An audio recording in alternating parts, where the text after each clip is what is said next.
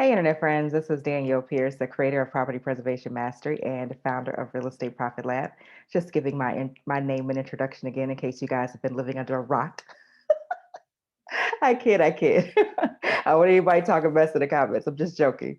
But as always, come in and say, hey, let me know where you're watching from. If you're a brand new subscriber, welcome. If you're a returning subscriber, welcome back. So, of course, I'm a 14-year full-time real estate entrepreneur, national property preservation expert, 300 five-star testimonials, blah, blah, blah, right? But that's not what we're talking about today, right? So as you, again, come in and say hi, like, subscribe, share the video, do all that good stuff. Certainly appreciate it. Leave a comment. Let me know where you're watching from. It helps the algorithm do its thing. So of course we like to, take advantage of that where we can. All right. So again, property preservation master is our primary area of expertise. However, today we're talking about side hustle heavy, hashtag side hustle heavy. And essentially it's a membership offer where myself. I do a monthly detailed training in a Facebook group going over, one particular side hustle every single month. There's over 30 plus legitimate side hustles available that you can choose from to get started with to generate an extra $1,000 or more per month. My average was 5,000 a month. The highest was $10,000. They only was able to do that one time. And then, of course, you get a copy of our ebook, Baby Steps to Financial Freedom, which has side hustles, an overview of property preservation, and some other phenomenal things in there as well. All right. So that's what we're talking about today is side hustle heavy. And it's ideal for those folks who want to make extra money, but don't want to start a whole business or get another job. All right. Moving on. Let's get into this topic today. All right. Couldn't even afford daycare. So, it's funny that these scenarios and various stories, are taking me back. A lot of these things I have, I guess for lack of a better word, maybe buried or just hadn't thought about. But whenever, my partner and I, Thomas, were in like planning meetings, they were trying to get, stuff together. We're always talking about like, what can you, what can you think of to that you can share with people? Like what do you have a story? And I always have a story about something. So today I'm talking to you about the time frame during when I was not able to afford daycare, what that looked like, how I was able to manage financially, the effect it had on me mentally, and also, of course, the effect it had on my business. Because as you all know, everything is intertwined and interdependent. So typically, what shows up in your personal life shows up in your business, and vice versa. All right, so boom. First child was born 2011, right? So she is 10 years old. She actually just turned 10 years old a couple weeks ago. Went to Great Wolf Lodge, had a fantastic time, spent a bunch of money, which of course they didn't have a problem with, but nevertheless, it's what we did. I had three children in 4 years. So I gave birth in 2011, 2012, 2014. It seemed like a great idea at the time. People were like, oh my gosh, they're going to be so close together. They're going to grow together and grow up together and play together. And it's going to be great. And that's such bad advice. But I feel like people never want to give like new moms or, people who have, expected moms or moms who people who have never had children before, don't want to tell them anything like that's not glowing and positive, I guess, because they're worried about them not having kids. I don't know, but it wasn't a great idea. Nevertheless, they're here. Of course, I love them to life. My three baby geniuses, as I call them. And of course, I'm a homeschool mom as well. So when my daughter was born, I had this idea in my head. Well, first of all, let me paint this picture for you. I had the idea that I wanted to do a nice, calming, and peaceful water birth, right? And some of you guys who are watching, just stick around. I'm gonna get to the story in just a second, but y'all should be able to relate to this too, right? If you obviously have children. So I went to do a water birth, and I had this plan in my head. I went to midwives because I was not going to see a traditional male OB-GYN because of the patriarchy, right? So I had all this stuff in my head, and it was going to be peaceful and calming, and I was going to have a doula, and I went to these childbirth classes to do natural childbirth. And it's so odd that I forget the name of the method right now that I went to, which is terrible. I guess my memory is getting shot, but I did all the things. And then I went into labor. And funny story, I went into labor and I was like, I got to go get my eyebrows arched. So I left the house, drove to the nail shop on Stony Island, 95th, got my eyebrows arched, and my water broke in the chair getting my eyebrows arched. Oh my God. I told the lady, I was like, I think my water broke. She was like, really? I was like, I'm pretty sure. Or I peed on myself, but I'm pretty sure it's my water, right? Because I was literally, due to give birth any day. So I had my eyebrows arched, went to the hospital, and I was fine for a long time. I was handling the labor pains because I was like, I'm gonna do a natural birth. I'm not gonna give my baby no effort. I'm not gonna do an epidural. My baby gonna come into this world drug free and calm and peaceful and centered and balanced and all of this stuff, right? So, long story short, long story short, I ended up being in labor for over 43 hours with my first child, and I caved and got an epidural after 30 hours of natural childbirth. And I remember it because I documented the day and the time, and I have it all, written down somewhere. But 30 hours of natural childbirth. And then I got the epidural. It still took another 13 hours because my daughter was born into the world with her hand like this. And so she was basically just stuck. And I did not know any better. I was a new mom, didn't want to do all the drugs. I almost had to they thought I was going to have to do an emergency C section, blah, blah, blah. So that's how she came into the world, right? Kind of a difficult birth. So 43 hours of labor is what I did. So shout out to me. I'm going to be sure to tell her that every time she gets on my nerves for the rest of her life. And brought her home, and of course I'm heavily into this. I'm a semi crunchy mama, right? Crunchy is like natural, herbs and spices and all that good stuff. So I was like, okay, I'm gonna nurse, we're gonna breastfeed. So I did all that, and I had this idea in my head of just being a full-time mom, nursing on demand, which was not an issue. And that was just my thing. I was gonna do that for all any children that I had. Like I was gonna be at home, be present, I'm gonna be 100% available, right there to host every step of the way. And it worked until I got pregnant again. Second, so my son came. He was actually the easiest birth, I have to admit. No, never sick. Never, no, really no issues at all with the birth, and it was the fastest one too. So then I had two that I was nursing at the same time, and trying to bring in money, being at home all day. I still had the idea that I'm a full time mom. I got this covered. I'm gonna figure out this real estate stuff in the background, and it worked. It worked until it didn't. And I didn't know then, right, that it wasn't working. It just felt normal. I only had one person that ever stopped to ask me, like he would tell me, this is my broker that I used to work with, Dorian Johnson, Jelani Realty Advisor. So if you're in the Chicagoland area, you need a broker, please be sure to contact him. Not many folks I give 100% stamp of approval, but he is one of them. Anywho, he would be like, and he calls me Danny, he'd be like, Danny, are you okay? He's like, are you sure? And he's like, you look tired. And I would just be like, I'm fine. I'm just, new mom, nursing, staying up, getting up all hours of the day and night, every night by myself, figuring it out. I was married, but, my husband at the time he didn't get up, and, we would talk about it. That's another story. Anyway, I was tired, and I didn't know it at the time. So then it came to a point where I wanted to really get heavily into broker price opinions. I'm going to talk about that tomorrow, 7 o'clock Central Standard Time. I'm going into detail about BPOs because that's really what saved me and allowed me to go from entrepreneur that I was back then to what you see today. Um, but I wanted to get more heavily into BPOs, and I found myself not having the time. And then people would say things like, well, why don't you have time? Aren't you at home all day with your children? Can't you just work when they're asleep? Like people just say stupid shit to you like that when they, one, have never done it, or two, they don't have any kids. And so I tried to do that. And then it was like, this is not working. And then I had that fight with myself about, does this mean I'm not a good mom? Am I not maternal? Because I don't want to be around these children 24/7 for eternity, right? So all those things went through my head. And I think honestly, it goes through the heads of many women who've given birth, but we're just not allowed to say that publicly, or we're not allowed to put it out there for fear of either judging ourselves or other people judging. Because I'm going to tell y'all something, a lot of different groups on Facebook, many of which I just recently left because they were just asinine. However, there is nothing more ghetto and ratchet and aggressive than a mom's group. Go to any of it. I'm talking black, white, and it don't matter. There's nothing more aggressive than moms and mom groups because they feel like, if you say the wrong thing, they're gonna eat your ass alive, right? So if I went into any of these mom groups talking about, yeah, I'm at home and I have flexibility of working from home. I'm an entrepreneur, and my children are there, but I need somebody to watch them. Like that would have been a big deal. And it was kind of a big deal for me too at first until it got to a point where it was like, I can't handle this. So then I started looking for childcare.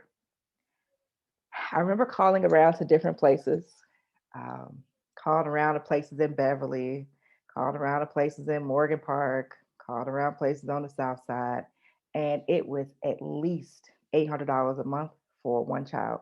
And mine were young. They were still, basically infants, toddlers, etc.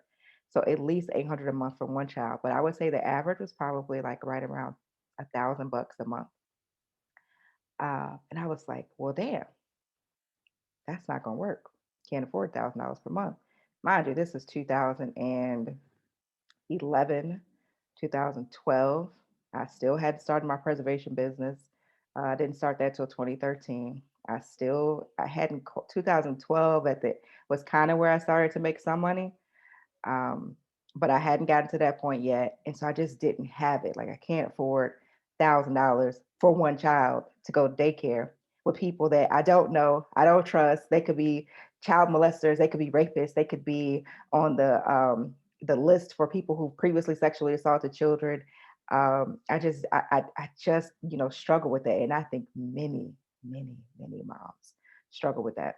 Granted, I believe that that's more of an American phenomenon because when I talk to, and again, notice I said American, not black, not white, American, because of our focus on I and individualism. And, we're in a capitalistic society. So there's all this focus on the individual, like individual family units, figuring things out as opposed to extended family units. Granted, let me be clear. It's not a whole lot of folks in my extended family unit that I would trust to bathe my children, to watch my children. Howsoever, the point remains. Like that's typically how things would go, in some another country. Like my best friend, her husband is from Nigeria, and so that culture is very big on, everybody helps out with the child. It's not just the mom doing every damn thing all day, every single day, right? And again, I was married at the time. However, I cannot say my ex-husband did not care, didn't love the kids, didn't want to help. I think it was a couple things at play. Um, he didn't quite know what to do in terms of what I was looking for. He didn't quite know what to do. Um, Part of it, I think, was that he didn't want to because getting up in the middle of the night, like that shit ain't fun. Like, I don't care how much you love your child. Getting up, every 45 minutes to an hour when they're like cluster feeding and you're nursing and you dead set on nursing like I was. Otherwise, I guess I thought maybe I would be a bad mom if I used formula, but I don't really think it was. I just wanted to nurse. I feel like nursing was ideal. So if you didn't nurse, I'm not saying you should have, but that's just what I wanted to do. I think some of that was that he didn't want to, and then of course patriarchy, right? Like you the mom, they want you, the kids want you, you handle that, right? Like you figure all that shit out, and I'll take them to the park when they get old. Like he would say things like, I'm gonna do more stuff when they're older. I'm like, well, that's great, but I need help now, right? Because I'm struggling here and I'm cracking, but of course I didn't quite look like I was cracking. Like I wasn't on the floor crying, I wasn't balled up in the corner, I didn't have a knife to my throat or a gun to my head. So for many of us, this is what I think, and this might ruffle a few feathers, but y'all will be all right.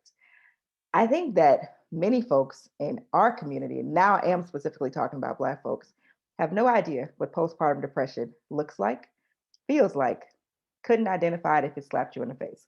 That is what I think. I look back at my pictures and it's clear to me, right, that I had postpartum depression.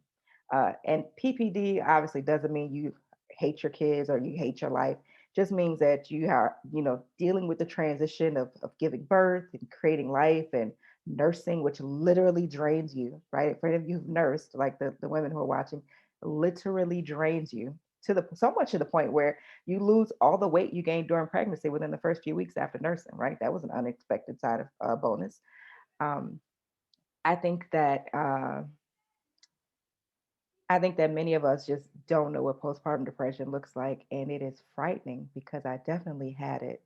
And of course, I don't have it now, but I look back at those pictures and, this glowing, put together face that you see today, my face was puffy.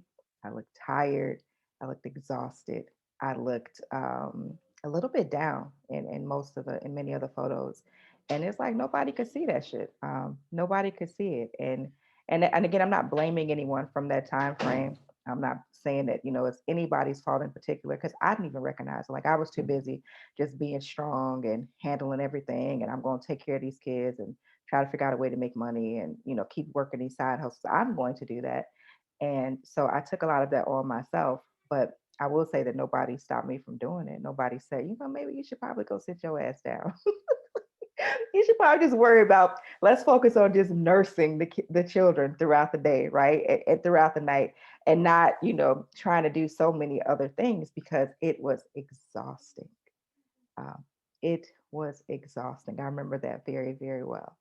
And again, nobody, took me to the side and said anything. It was just like, how are the kids doing? The focus is always on the children once you give birth. It's like, oh, they nursing, they sleep through the night, they eating, you gave them cereal yet? That's Black folks' favorite question. You give them cereal yet? Give them some cereal, they sleep through the night. That is a lie. Well, at least it was a lie for me. The only one who gave me a break was my third child, who, when she came, and I never believed this to be true until I, gave birth and had her, but she slept 12 hours a night every night from the time I took her home. And I believe that that was, God looking down on me and giving me a break, a silver lining, so to speak, because had she not slept through the night um, from the time she got home, I don't know what I would have done because I was still nursing the other two. They were still waking up. They weren't waking up every hour, but they were still waking up. So it's like, how the hell you go nurse three kids at one time? Right? How you go pull that off? So she literally, that was my silver lining. She didn't wake up. And of course, because she didn't wake up, I woke my goofy self up, checking on her, like poking her, rubbing her, like making sure she was breathing. But yeah, that was my saving grace. So I share all that with you guys for a couple of reasons. For one, I wanted to let you guys know that the journey from where I was at then to crossing over seven figures in 2020 um, is not, well, some of it was a little bit accidental, but it was not without a bunch of years of strife and struggling and trying to figure things out, trying different things. I still stay within real estate for the most, except for my forays into five links and some other things, but I still primarily stay within real estate. It didn't come without a lot of frustration and wanting to give up, trying to go back into corporate America, not being able to get hired for the first time, trying to figure out a way to bring in money that didn't require me to leave the house and go punch a clock. Because one thing I have always been very clear on um, is that I'm not the one for the punch of the clock, the job, the boss, the people. Like, I'm not the one for that. I was talking to my best friend earlier today. We were talking about corporate, and she said that she remember when she had an internship at a company, and a guy that she was had an internship with as well. He quit during the internship. She was like, I couldn't figure out, why he did that, and it just seemed so odd. I was like, it didn't seem. I don't. It don't seem odd to me at all. He just knew he wasn't about that life, and he wasn't with it because I knew early on in corporate, first 90 days, I was like, this shit ain't it. Like, this ain't it, period. I knew that there at the very beginning. And it's not for me to like analyze and say, what would it, nothing happened. Nobody abused me. A lot of times we think that some drastic shit has to happen for you not to like something. I just knew that this was not my life's path. Like, God, no. I'm not coming here every day to talk to you fools about the same thing, asking about my weekend, go to Howl at the Moon. Baby, I'm not going. I don't want to go. I don't want to go to see the Cubs games. I don't want to see none of that shit. Like, I have zero interest in doing any of that. And if you don't play that game in corporate, obviously you don't advance. So I'm sharing this with you all to let you know that it was a winding path, right? It's kind of like the winding path to get to the point where I'm at today. I did a lot of different things, a lot of different side hustles. I sold used cars. I did inspections. I did insurance inspections. I did FEMA inspections. I did that more recently just to get that experience. um, broker price opinions, and all these things that I did then work today, right? All these things that I did then work today. They work wherever you live. Right now, we have over 100 folks that have joined our inaugural, membership, I should say, founding members of Side Hustle Heavy from all over the country. Cannot wait to dive into the monthly trainings with them, which we're going to be doing via the Facebook group. If you don't have Facebook, don't worry. We'll add the trainings to the learning platform. You can watch the replay. Can't wait for you all to review the ebook that's included. It has over 30 legitimate side hustles to get you an extra $1,000 or so every single month. And then what else? The community is just going to be awesome because community is where all the magic happens, right? To get more information, you're just going to head to sidehustleheavy.com. Again, that is sidehustleheavy.com. Somebody asked me, actually, I was talking to another friend of mine, and she said, your video yesterday, it seemed like you just threw your mom under the bus. And I addressed it at the end of that video, but I just feel like it's worth addressing again, especially given this particular topic, which I'm sure people are going to be like, oh my gosh, what is she talking about? How is she saying all these things, so publicly? And here's my thought on that. And it doesn't have to be your thought, obviously, but here's my thought on that. I I believe that I share my story better than anyone. I believe that if I'm sharing it, then there's nothing anybody can hold over my head or hold against me. Like you'll be hard pressed to back me into a corner with some information or anything that I've done that, I would be terrified getting out into the world, right? I mean, I'm not going to say that I don't care at all because I do, but am I gonna die? Like, what's gonna happen if I, tell this story? What's gonna happen when I admit that I didn't have any money for childcare? What's gonna happen when I admit that my mom, basically took my first, real money, my $800 from my internship and paid rent with it? Like, what's gonna happen, right? People might say some comments, they might think some things, but is it gonna affect my life in any capacity? No, I'll be good, right? I'll be fine. And plus, it's freedom, right? You tell your story. I mean, hell, nobody else can't tell it better than you can. And again, nobody can hold it over your head. So that is my thought on that. So again, I'm doing these videos as part of our Side Hustle Heavy promotion. The last day is February the 28th. I really hope you don't wait until then to become a member because again, we love to have you. And again, to get more information or to register, sidehustleheavy.com. Again, that's sidehustleheavy.com. All right. As always, thank you so much for tuning in. Sending you love, light, peace, blessings, grace, and clarity. Until tomorrow night at 7 o'clock. Bye bye.